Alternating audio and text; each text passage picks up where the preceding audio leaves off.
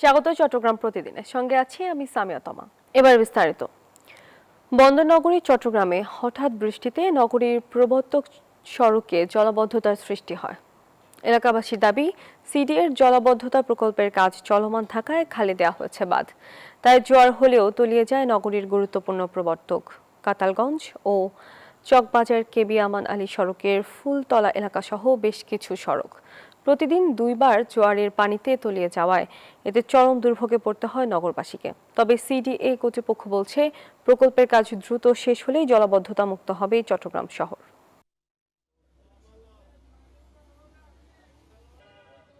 চট্টগ্রামের রাউজানে মাত্র ৪৩ ঘন্টার ব্যবধানে খুন হয়েছেন বিএনপির দুই কর্মী। গত শুক্রবার কাউসারুজ্জামান বাবলু নামে একজনের পর এবার নাসের তালুকদার নামে আরও এক বিএনপি কর্মীকে গুলি করে হত্যা করে দুর্বৃত্তরা। এই দুই হত্যাকাণ্ডের এই পর্যন্ত ৫ জনকে গ্রেপ্তার করেছে পুলিশ। গত রবিবার দিবাগত রাতে উপজেলার কদলপুর ইউনিয়নের ল্যাঙ্গাবাইলার ঘাটা এলাকায় নাসির তালুকদারকে গুলি করে হত্যা করে দুর্বৃত্তরা। এই ঘটনার একদিন আগে রাউজান পৌরসভার ৯ নম্বর ওয়ার্ডে মোহাম্মদ কাসরুজ্জামান বাবলু নামে এক বিএনপি কর্মীকে গুলি করে হত্যা করা হয়। এই দুই হত্যাকাণ্ডে আতঙ্ক ছড়িয়ে পড়েছে রাউজান জুড়ে। নিহত নাসের তালুকদার রাউজানের দক্ষিণ শমশের পাড়ার বাসিন্দা। তিনি বিএনপির রাজনীতি সক্রিয় ছিলেন। পুলিশ জানায়, রোববার রাতে বাড়ির পাশে নাসিরকে গুলি করে পালিয়ে যায় দুর্বৃত্তরা। পরে চট্টগ্রাম হাসপাতালে নেয়ার পথে তার মৃত্যু হয়।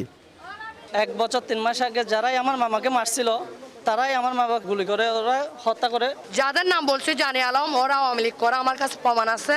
ওনারা গিরগিটির মতো রূপ বদলাইছে বারবার। তো ওনারা আমার বাবাকে বারবার হত্যা করার চেষ্টা করছে, কারণ আমার বাবা বিএনপি করে, এটাই অপরাধ। আর তার যেহেতু দেশ তো না ফাঁসি চাই, আঞ্জামা কিনলে মারলু আর ফল কিনলে বানায় ফেলাইলু। পুলিশের প্রাথমিক ধারণা, এলাকার আধিপত্য বিস্তারকে কেন্দ্র করে এই হত্যাকাণ্ডের ঘটনা ঘটতে পারে। আমরা অভিযান শুরু করেছি এবং ইতিমধ্যে কয়েকটি সন্ত্রাসী গ্রুপ আমরা চিহ্নিত করেছি। আমরা যেসব এলাকায় সন্ত্রাসপ্রবণ এলাকা হিসেবে চিহ্নিত করেছি, সেখানেও আমরা ব্যাপক অভিযান পরিচালনা করে মানুষকে স্বস্তির একটা জায়গাতে আমরা নিয়ে আসবো ইনশাল্লাহ। রাউজানে গেল ২০ মাসে খুন হয়েছে ২৩ জন। এসব হত্যাকাণ্ডের বেশিরভাগ আসামি জামিন নিয়ে ঘুরছেন প্রকাশ্যে, এমন অভিযোগ এলাকাবাসীদের। নয়ন বড়ুয়া জয়, নিউজ 24, চট্টগ্রাম। ছিনতাইকারীদের হাতে খুন হয়েছেন কুমিল্লার রাজস্ব কর্মকর্তা বুলেট বৈরাগী। এ ঘটনায় ৫ জনকে গ্রেপ্তার করা হয়েছে বলে জানিয়েছে র্যাব। সোমবার রাজধানীর কার্বন বাজারে র্যাব মিডিয়া সেন্টারে সংবাদ সম্মেলনে র্যাব আরও জানায়, মেয়াদী প্রশিক্ষণ শেষে চট্টগ্রাম থেকে কুমিল্লায় ফেরার পথে পদুয়ার বাজারে নামার কথা থাকলেও বাস তাকে পরের স্টেশনে নামিয়ে দেয়। সে সময় শেয়ারিংয়ে ভাড়া চালিত সিএনজি অটোরিকশায় করে তিনি পদুয়ার বাজারে যাওয়ার চেষ্টা করেন, কিন্তু সিএনজি অটোরিকশাতেই ছিনতাইকারীরা অবস্থান করছিল। সিএনজিতে ওঠার পরপরই ছিনতাইকারীদের সাথে তার ধস্তাধস্তি হয়। এ সময় বুলেট বৈরাগীর মাথায় আঘাত করে ছিনতাইকারীরা। পরে তার মূল্যবান সামগ্রী নিয়ে তাকে সিএনজি থেকে ফেলে দেওয়া হয়। এ সময় মাথায় গুরুতর আঘাত পান বুলেট বৈরাগী, এতে তার মৃত্যু হয়। সরবরাহ বাড়ায় চাঁদপুরে অধিকাংশ পাম্পে জ্বালানি তেলের সংকট কিছুটা কমেছে। ভোক্তারা সহজেই তেল নিতে পারছেন। এ নিয়ে আরো বিস্তারিত জানাতে আমাদের সঙ্গে যুক্ত হচ্ছেন সহকর্মী খোকন কর্মকার। খোকন, আমাদেরকে জানাবেন যে চাঁদপুরে ফিলিং স্টেশনগুলোর বর্তমান চিত্র কেমন দেখতে পাচ্ছেন? তোমার আপনি দেখতে পাচ্ছেন যে আমার পিছনে যে আসলে ভোক্তাদের তেল সংগ্রহ করাতে কোনো ধরনের ভোগান্তি নেই। তারা নির্বিঘ্নে তাদের প্রয়োজনীয় জ্বালানি তেল তারা কিন্তু নিতে পারছেন এবং দেখতে পাচ্ছেন যে কোনো লম্বা সারি নেই। অর্থাৎ ১ সপ্তাহ পূর্বে যে ধরনের চিত্র ছিল, এখন কিন্তু সম্পূর্ণ বিপরীত। তারা অল্প কিছুক্ষণ দাঁড়িয়েই তারা তাদের সেই প্রয়োজনীয় তেল তারা নিতে পারছেন। একজন গ্রাহক সর্বোচ্চ ৫০০ টাকার তেল এখন নিতে পারছেন। আমি যদি এর কারণ যদি তুলে ধরি, সেটা হলো যে একদিকে জ্বালানি তেলের সরবরাহ বৃদ্ধি, অপরদিকে চাঁদপুর ৩ আসনের মাননীয় সংসদ সদস্য শেখ ফরিদ আহমদ মানিক তেলের যে এজেন্ট রয়েছে, সেই এজেন্টদের নিয়ে তিনি কিন্তু মত বিনিময় সভা করেছেন এবং তারা যাতে খোলা বাজারে তেল বিক্রি না করতে পারে সেই কঠোর দিক নির্দেশনা কিন্তু তাদের দিয়েছেন এবং প্রতিদিন তেল বিক্রি যে রেজিস্টার্ড, সেই রেজিস্টার কিন্তু তার কাছে প্রতিদিন জমা দেওয়ার জন্য কিন্তু তাদেরকে কঠোর নির্দেশনা দিয়েছেন।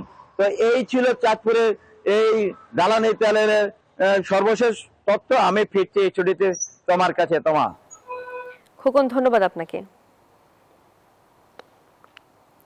গ্রামীণ অর্থনীতিতে নীরব বিপ্লব ঘটাচ্ছে বসুন্ধরা গ্রুপ। চড়া সুদের ফাঁদ থেকে মুক্তি দিতে এবার কুমিল্লার হোমনায় বিতরণ করা হয়েছে 27,50,000 টাকার সুদ, সার্ভিস চার্জ ও জামানত মুক্ত ঋণ। স্বাবলম্বী হওয়ার এই লড়াইয়ে এরই মধ্যে যুক্ত হয়েছেন প্রায় 30,000 বেশি নারী উদ্যোক্তা। সহজ শর্তে এই ঋণের হাত ধরে স্বাবলম্বী হওয়ার নতুন স্বপ্ন দেখছেন তারা। মোহাম্মদ বাবলুর ক্যামেরায় বিস্তারিত আল মুহাইমিনুল খানের রিপোর্ট। কুমিল্লার হোমনার এই নারীরা কেবল গৃহিণী নন, তারা এক একজন লড়াকু উদ্যোক্তা। স্বপ্ন থাকলেও মূলধনের অভাবে বারবার হোঁচট খাচ্ছিলেন তারা। ঠিক সেই মুহূর্তে তাদের পাশে দাঁড়িয়েছে দেশের শীর্ষ শিল্প গোষ্ঠী বসুন্ধরা গ্রুপ পরিচালিত বসুন্ধরা ফাউন্ডেশন। সোমবার 82তম ঋণ বিতরণ অনুষ্ঠানের মধ্য দিয়ে হোমনার 152 জন নারীর হাতে তুলে দেওয়া হয় 27,50,000 টাকার ঋণ সহায়তা। আমি এই কিস্তি নিয়ে 3 বার হইব, আমি লাভবান হয়েছি, অটো কিনছি। কোনো কিছু লাভ নাই, তার জন্য টাকাটা নিয়েছি হাঁস মুরগি পালতে। এ সময় বসুন্ধরা গ্রুপের চেয়ারম্যানের মিডিয়া অ্যাডভাইজার মোহাম্মদ আব্দুল বারী বলেন, বসুন্ধরা গ্রুপ দেশ ও মানুষের কল্যাণে কাজ করছে। দেশ ও মানুষের কল্যাণে বসুন্ধরা শুধু এটা স্লোগানের মধ্যেই সীমাবদ্ধ নয়।